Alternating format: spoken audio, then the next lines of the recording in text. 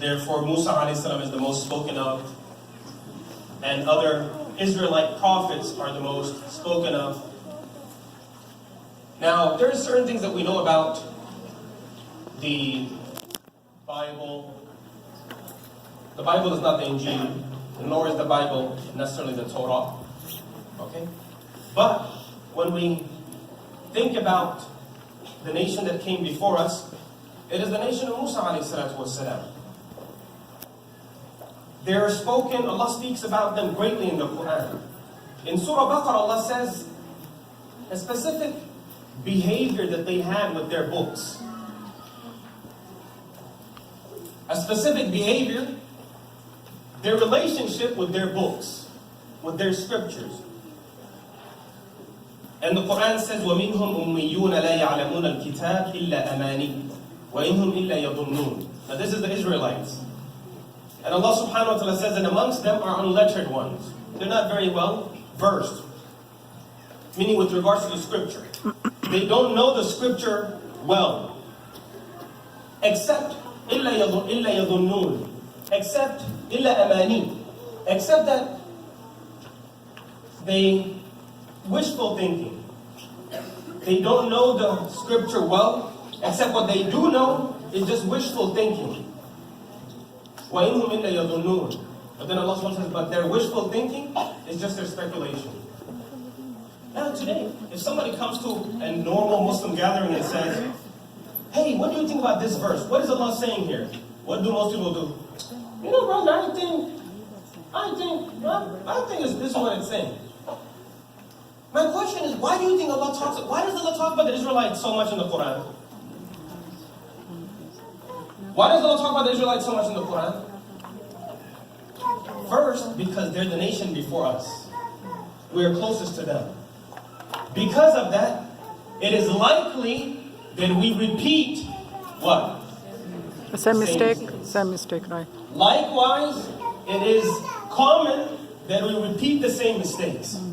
So when it came to their relationship with their books, the Quran says they were unlettered, and whenever it came to their books, it was just wishful thinking.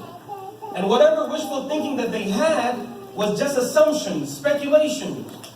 Now again, does this reflect our general ummah relationship with the Quran today? Yes, be honest. It does, to a great extent. This reflects our relationship with the Quran.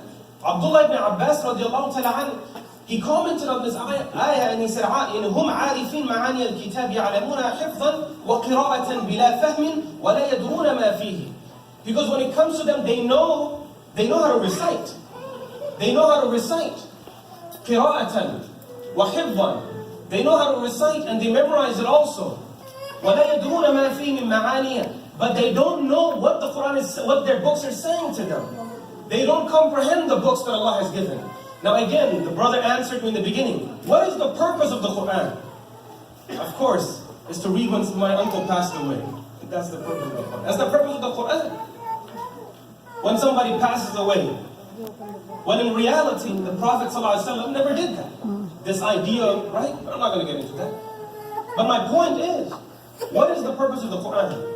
My teacher used to say, the Quran is for yourself and not for yourself. Right? It's for yourself. The Quran is a living kitab. The Quran came to benefit the living, not only the dead that we recite when somebody passes away. The Quran came to benefit you. The Quran came to give meaning to your life. The Quran came to give meaning to your life. I will challenge anybody here that give meaning to your life without the Quran. You can't. Because there are three primary questions that you cannot answer without revelation. Where did you come from? What are you doing here? And where are you going to go? Science can't answer these questions because science deals with the physical and these questions are metaphysical. Okay? Intellect can't answer these questions. Only Quran can answer.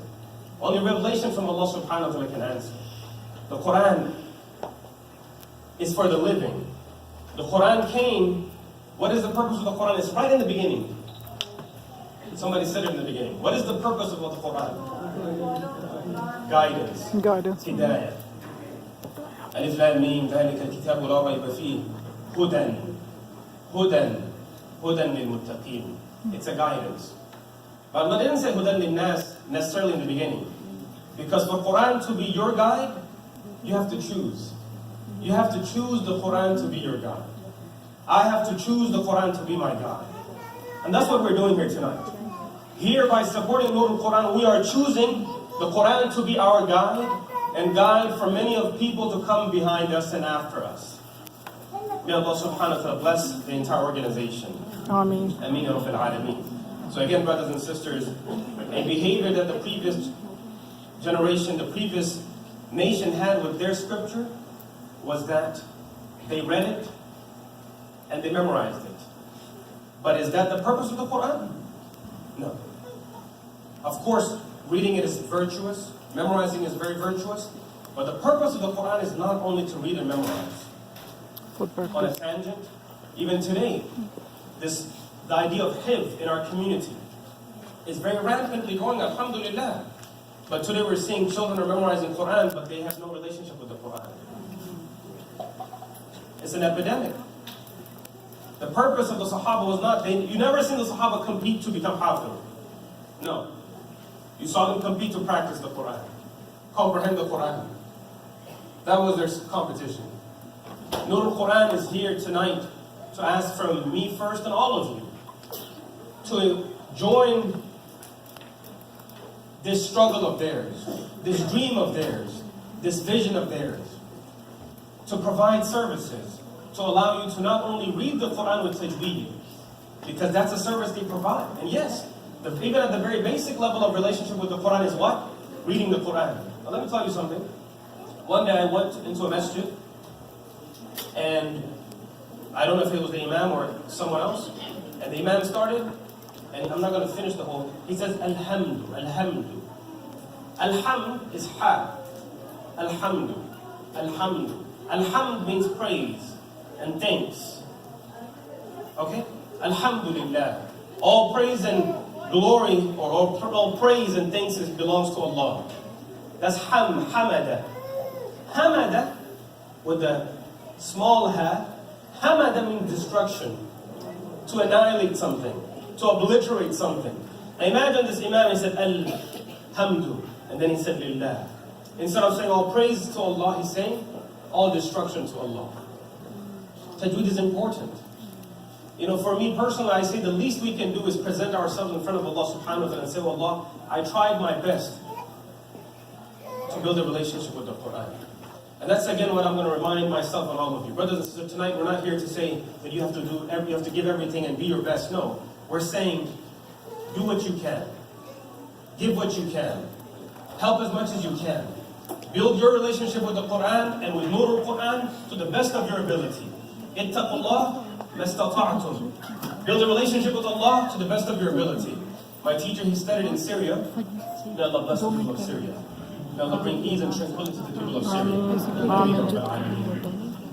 And he said there was an old man who passed away, illiterate. This is on the point that let's try to better our relationship with the Quran, no matter where you are. And join Nur al-Quran in their vision and dreams. An old elderly man, he passed away. He was illiterate. After they buried him, there was this fragrance that was coming out of his grave. A fragrance that was coming out of his grave. And you know, when things like this happen, we have bid'ah and weird innovations that start. So people started coming and taking the dirt of his grave for barakah.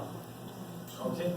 So this went to the local scholars. They came and they stopped the people and they said, don't start this. But they wanted to know, why is this happening? Why is there this beautiful fragrance coming out of his grave?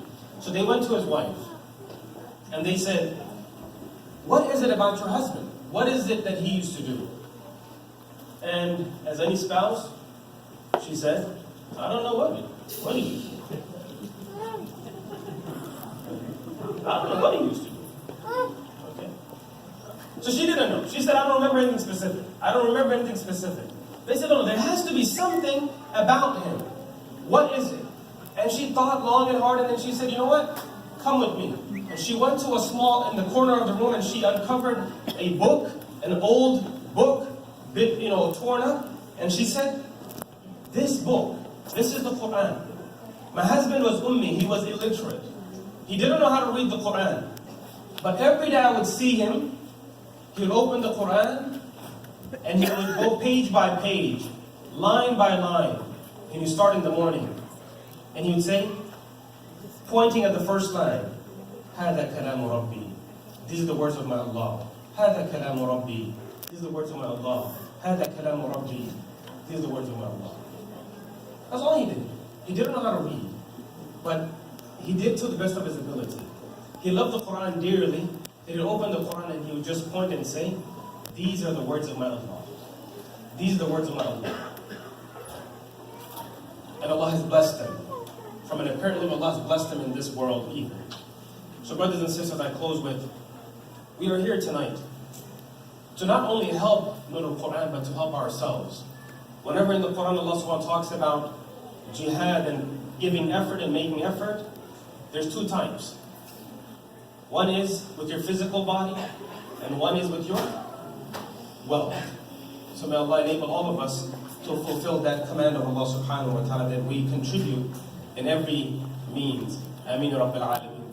Jazakumullah khair for being a wonderful audience, for your participation. I'm extremely thankful for being able to join you tonight. May Allah bless all of you. And anything that is good and beneficial is only from Allah and His Messenger. Anything that is wrong, evil, and misunderstanding, it is from the lack of my understanding or knowledge and from the whispers of shaitan. Again, assalamu alaikum wa rahmatullahi wa barakatuh. Wa alaikum salam wa rahmatullahi wa barakatuh.